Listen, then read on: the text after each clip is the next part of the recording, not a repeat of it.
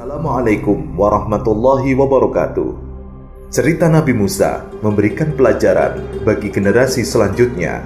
Ada beberapa persyaratan yang diminta Nabi Khidir kepada Musa. Setibanya mereka di tempat yang dituju, mereka melihat seorang hamba Allah yang berjubah putih bersih. Nabi Musa pun mengucapkan salam kepadanya. Khidir menjawab salamnya dan bertanya, "Dari mana datangnya kesejahteraan di bumi yang tidak mempunyai kesejahteraan? Siapa kamu?" Lalu Musa menjawab, "Aku adalah Musa." Lalu Khidir bertanya kembali, "Musa dari Bani Israel?" Nabi Musa menjawab, "Ya, aku datang menemui Tuan, supaya Tuan dapat mengajarkan sebagian ilmu dan kebijaksanaan yang telah diajarkan kepada Tuan." Khidir menegaskan, "Sesungguhnya kamu tidak sekali-kali tidak akan sanggup bersabar bersamaku." Surat Al-Kahfi ayat 67.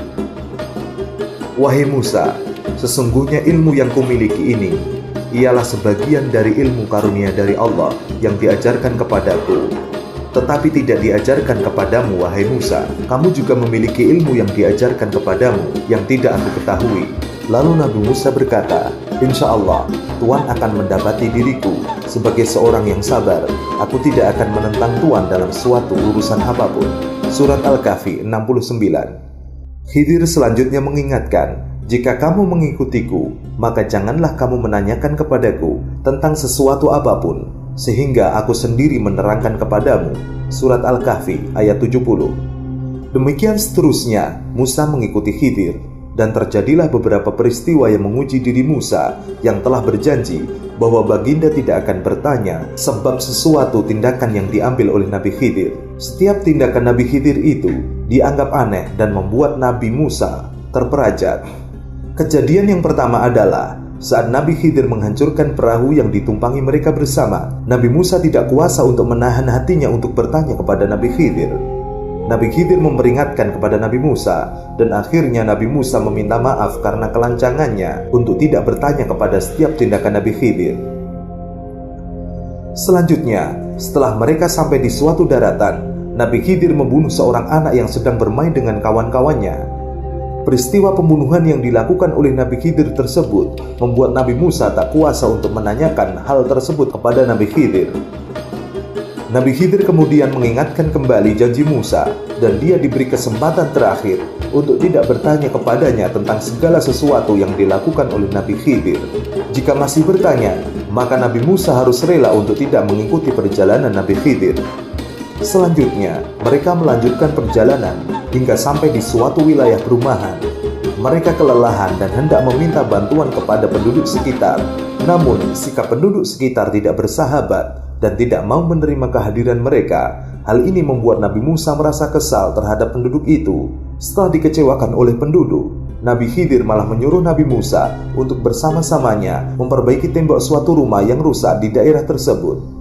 Nabi Musa tidak kuasa kembali untuk bertanya kepada Nabi Khidir. Ini yang membantu memperbaiki tembok rumah setelah penduduk menzalimi mereka. Akhirnya Nabi Khidir menegaskan kepada Nabi Musa bahwa dia tidak dapat menerima Nabi Musa untuk menjadi muridnya, dan Nabi Musa tidak diperkenankan untuk terus melanjutkan perjalanannya bersama Nabi Khidir. Selanjutnya Nabi Khidir menjelaskan mengapa dia melakukan hal-hal yang membuat Nabi Musa bertanya. Kejadian pertama adalah Nabi Khidir menghancurkan perahu yang mereka tumpangi karena perahu itu dimiliki oleh seorang yang miskin di daerah tersebut, dan di daerah itu tinggallah seorang raja yang suka merampas perahu milik rakyatnya.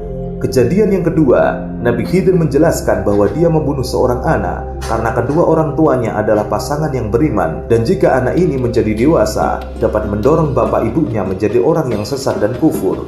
Kematian anak ini digantikan dengan anak yang soleh dan lebih mengasihi kedua orang tuanya hingga ke anak cucunya.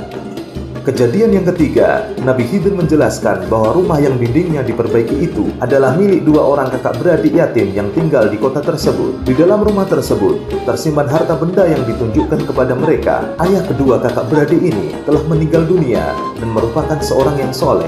Jika tembok tersebut runtuh, maka bisa dipastikan bahwa harta yang tersimpan tersebut akan ditemukan oleh orang-orang di kota itu yang sebagian besar masih menyembah berhala, sedangkan kedua kakak beradik tersebut masih cukup kecil untuk dapat mengelola peninggalan harta ayahnya. Dipercaya tempat tersebut berada di negeri Antakya, Turki. Akhirnya, Nabi Musa sadar hikmah dari setiap perbuatan yang telah dikerjakan Nabi Khidir dan merasa amat bersyukur karena telah dipertemukan oleh Allah Subhanahu wa Ta'ala dengan seorang hamba Allah yang soleh yang dapat mengajarkan kepadanya ilmu yang tidak dapat dituntut dan dipelajari, yaitu ilmu laduni.